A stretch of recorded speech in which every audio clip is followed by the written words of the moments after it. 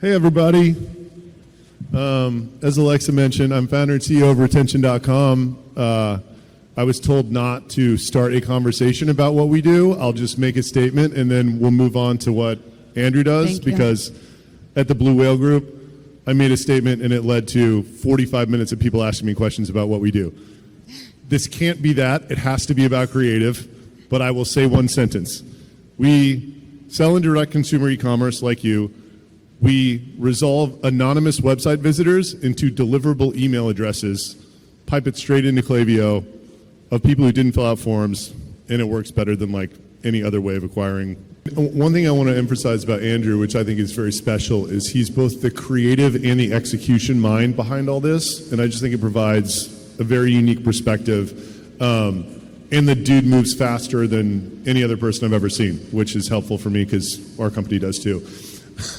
So anyway, if you want to talk about retention.com and what we do in email, grab me after. For now, we're going to talk about innovative ways to basically crush it with email and SMS. So let's talk D2C e-com.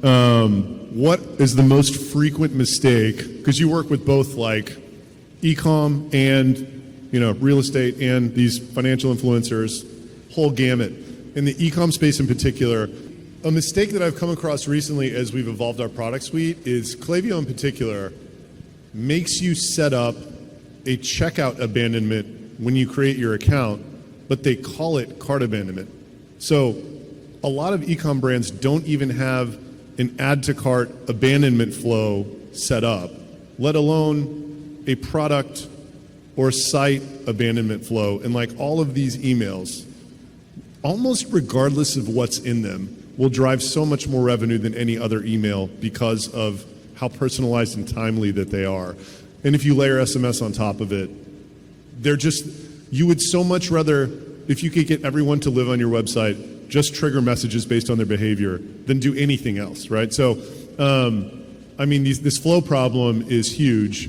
And yeah, I try to evangelize it as much as possible. It's like, 1, set up your flows. 2, if you don't do anything else, just do that. 3, if you want them to work better, we can help you, kind of thing.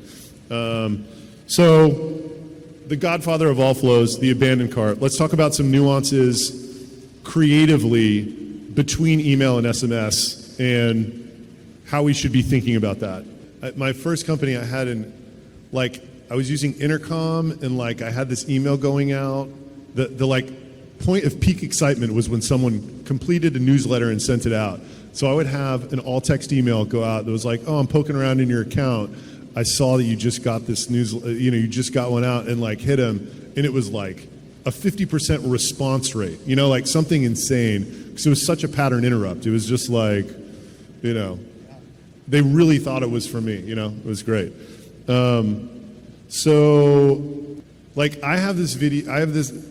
I did a stupid ad campaign 2 years ago that worked really well for Get Emails, my previous company.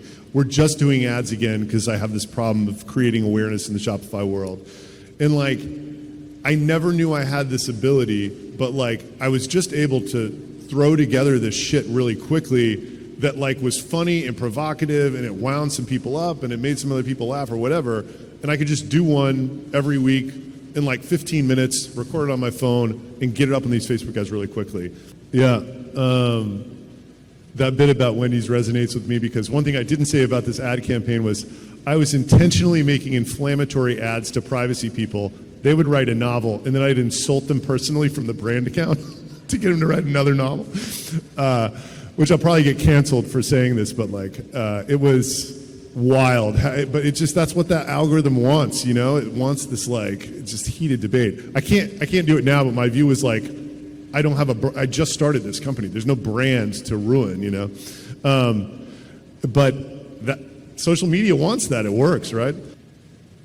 So this is what I think is the most fascinating about this whole endeavor. We shot 80 clips yesterday, and you told me you like to have ads live within 48 hours. Which I just find to be bananas. The 80 clips were 40 hooks, 20 ad bodies, 20 CTAs. They all get mixed together. They all get run across all different platforms, and then we're just piling into what's winning, basically. I mean, that was awesome. I hope you guys understand why I brought him on stage. Sweet.